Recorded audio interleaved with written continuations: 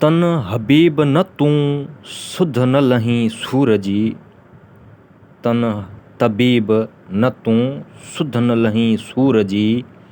सांड पंहिंजा डबड़ा खॾ खणीम भूं। कान घुरिजे मूं हयाती होतन री। वेजन सी वाई पिया करे न कयाऊं। वेजन से वाई पिया करे न कयाऊं। जे पंध पारायऊं त सघाई सघ थिया।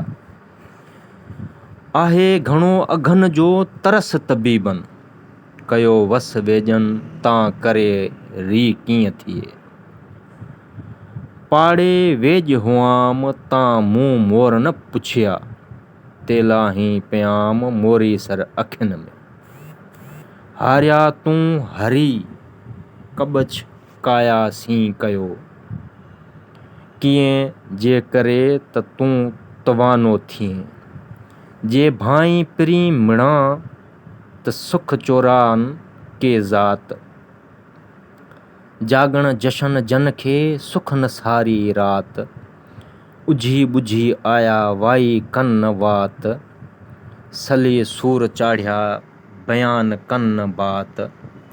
तोणे कुसन कात तब साॻे सिलन कीन की। तड़ी तबीबन घायल घुरां कढियो। तड़े तबीबन घायल घरां कढियो।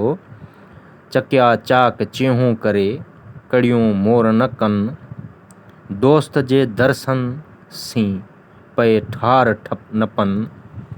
वरचो वेज वेजन आऊं त पिरीम उभां। वढे जन वधियास वरी वेज ई सी थिया। तुरत ॿुधायूं पटियूं रोज़ कयाऊं रासन। हींअर तिनी पास घारो न घायल न थिए। वेजम ॿकी ॾे अला चङी मथियां। सजण मां अची कर लाहो थी कॾहिं। हुए त वजन वट तूं कीअं जीअ जॾो थिए। सर ॾेम सट कह न कही डबड़ा। कुठिस कवेजन तन तबीब न गॾिया। ॾेई ॾंभ ॾॾन पाण ॾियल ॾुखोयो। तरस तबीबन जो जॾन कयो न जात। जो वेजन जी वात दारूं या तंहिं दौर थिया।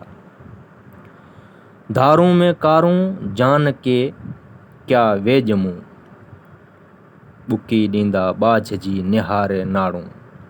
जन जूं सेण लहन सारूं तन तां ॾुखंदड़ ॾूर थिए। अघन मिड़ई अॼु कयो सॾ सिहत खे। ॾूर ॾुखंदा भॼ मरी महरी मुंहुं ॾेखारियो। अचे सार लहेज साजन सूर तमारी आऊं मारी। सूर तमारी जे मरां तां मूं ॾोहम ॾेज। डबन भरे हथड़ा दारूं दोस्त करेज।